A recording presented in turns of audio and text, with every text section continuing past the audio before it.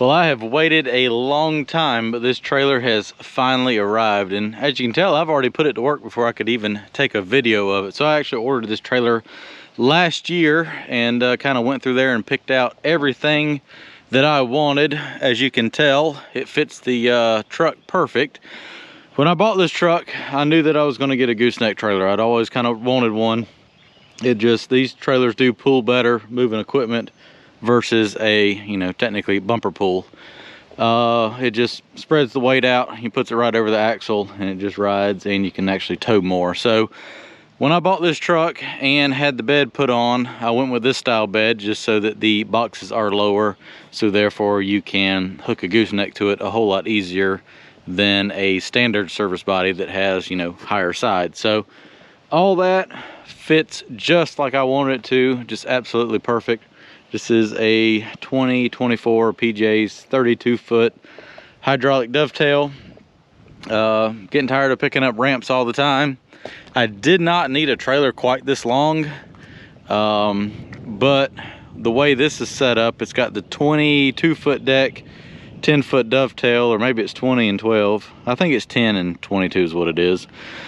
So you end up with a 22-foot deck, which is pretty much identical to what that trailer is. And what I didn't want was, you see a lot of goosenecks that are this long, but the axles are way back here at the back. Well, it makes it very difficult to get into driveways and everything for a lot of the residential projects that I do. Tight areas, that's fine if you're out on the highway and you have, plenty of room to turn and everything, but trying to get this into a standard, 18, 20-foot wide driveway can be pretty difficult. And that's what I liked about the 3-axle trailer was all the axles were, fairly close, so you kind of jump over a ditch or whatever you need to. This one actually turns just about the same radius as that one. So I was trying it out the other day, and I like the way that it doesn't seem like it's going to be too terribly difficult to be able to get into places. So I'm happy with that. Like I said, it is the hydraulic dovetail. I upgraded all these axles to 12,000-pound oil bath axles with the 17.5-inch rims and 18-ply tires. So I think these tires are good for like 6,000 pounds a piece. Yeah, at least the rims are. 6,200 pounds a piece. So at 6,000, that would be 24,000, 48,000 pounds is what those rims could withstand. So definitely more than the trailer is probably rated for. I think, 12,000-pound axles, I guess that would be, 24,000 plus your tongue weight and everything. The tag stickered for 25.9, but it does have pine decking on it. I will probably, however long it lasts, let it roll and then upgrade it to a white oak deck. I would like to be able to haul the Komatsu dozer on here. It's like 22,000. It would be pretty much at the limit, but I think I bought the trailer with the intentions to be able to haul it on there, and that was the point of this hydraulic dovetail, was to make that a little bit easier as far as doing that. So it's got the grousers right here to be able to climb up there, and I went all out, and it's actually key fobbed. But right here on the front is the toolbox. It has the hydraulic jacks on it, so you can push a button and they go down. Nice toolbox right here. Chain rack in here, so I've only got one chain in here right now, but you can hook all your chains right here, or your binders, probably just your chains right here, and I'll keep the binders down there in the bottom. So like I said, the first box right here is for the pump for the hydraulic jacks.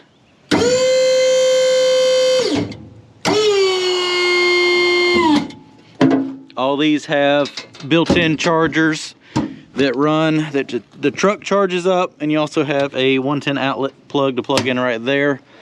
I also went ahead and I thought it was going to be bigger than this, so if it's not bigger, we might have to add another one or two to it. But I got a solar tender to it to kind of just keep those batteries topped off. Obviously, when the truck or the trailer is plugged into the truck, you do get a trickle charge off of that. So between that, and if I have to once a month plug it in, charge the batteries up, not the end of the world. Toolbox right here for straps, and then the back box right here is the one for the hydraulic dovetail, and they do all have these right here on them so that you can see in, you know, how what the shape of the batter for, you know, low, medium, good, and all that. So this one, like I said, does have the wireless remote, and as soon as I take these binders off right here, I will show you how the hydraulic dovetail works. Before I undo that, I was trying to find, you know, with a new trailer, you always have to find the sweet spot to park everything so that it rides good. It actually rides really good the way it is. The only problem is with the blade sitting right here on the dovetail is I have to undo it, obviously, and raise the blade up a little bit before I let it down. So I may end up next time putting it right here, hooking the binder into this pocket, and then hooking this one, as long as it fits, which the spacing should work out pretty good, hook it right here. And that way I can set the blade down on that, and then once I undo the binder, just let the dovetail down. Because what I have noticed, you know, these things, what there is there's two big cylinders right here, and then there's that brace. Once you raise it up, you pull the handle down and the locking brace goes up, then you let the trailer down, and that's what keeps the dovetail from bouncing and leaking down. But I did notice if you go over a bump with it empty, obviously with nothing chained down, that does tend to bounce just a little bit. So that's the reason why I wanted this tied to here. It just kind of locks everything together and keeps anything from bouncing. So let me undo these and lift the blade up, and I'll show you how the dovetail works. All right, raise the blade up. Let me show you how the hydraulic dovetail works. So either you can use the remote in there or the cordless one. Raise that cylinder up like so. Grab this handle, pull that up, let it down. Once it gets past the edge of the cylinder, you can just let it go. It'll glide right down. And then as the dovetail goes down, that just folds right up. It's spring loaded into the trailer. And there's your edge right there. No more ramps. You can easily drive right off.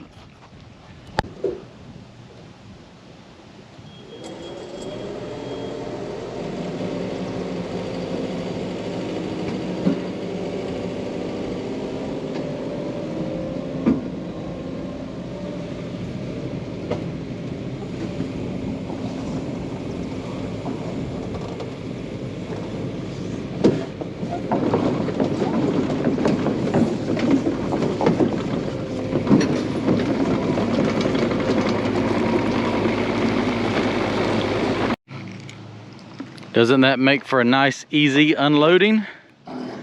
Raise it back up.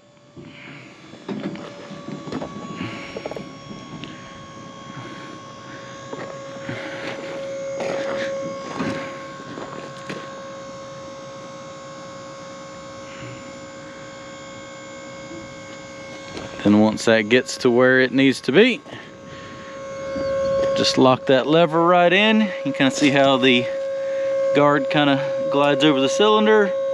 Raise it up, let it down, and then let the dovetail back down. I'll go ahead and put some pressure on it so it holds it tight, and good to go. So I'm super excited. Been waiting for a long time. Old trusty Rusty has served me well, but a nice new trailer should last me a long time. I did go all out and get the hydraulic disc brakes on it. So, or electric over hydraulic, however it works. But it is hydraulic disc brakes. And so it stops really good.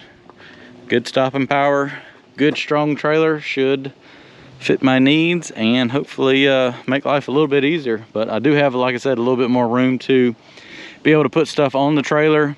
You can, so you can, it does, you know, to right here it says you can still put 4,000 pounds of weight to right there. So, you know, even if you had to sit a bucket or two back here, skid steer bucket, I still think you would be safe to do that between the room up front, and if you had to put something back here on the back, I think it opens up the opportunity to be able to haul a little bit more stuff. So I'm excited. There it is. And yeah, you'll see it in the fleet getting used to haul stuff to the job sites. And it does have these fold up little steps right here. Make life a little bit easier getting up there if you do have to hook a chain. And it does come with a spare tire, and that is the reservoir right there for the hydraulic brakes. I think the only thing that I'll probably end up doing is maybe leave the deck boards here in the center, but probably definitely those 3 outside ones and these 3, maybe these 3 right here, probably end up having to upgrade those to oak. I just feel like they're well, you see how well even the oak boards on that trailer, they take a lot of abuse, especially with the sheep's foot going up there. It's a little rough on stuff. Might still haul the sheep's foot on that trailer. I don't know, we'll see. Don't need any broken boards right off the bat. I guess this would be the only downfall side to a gooseneck trailer, is having to climb up in the bed to undo it. That is a nice hitch right there. It actually does not require a safety pin, has it on the hitch. You just literally lift that up, but snap it in there and it locks in place. I do like this bed though. It's got the plug in right there, safety chains, get those hooked. But like I said, I guess this really is the only downfall of a gooseneck trailer, is having to climb up here into the bed to hook everything up. Not the end of the world. All right, let me show you how the jacks work.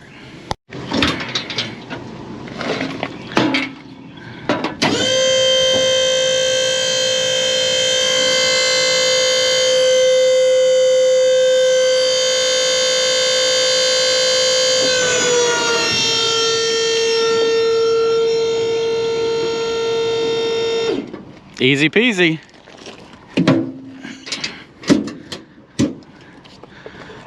And just always remember to leave the tailgate down before you drive off.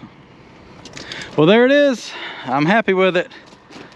Let's go work on something else for today.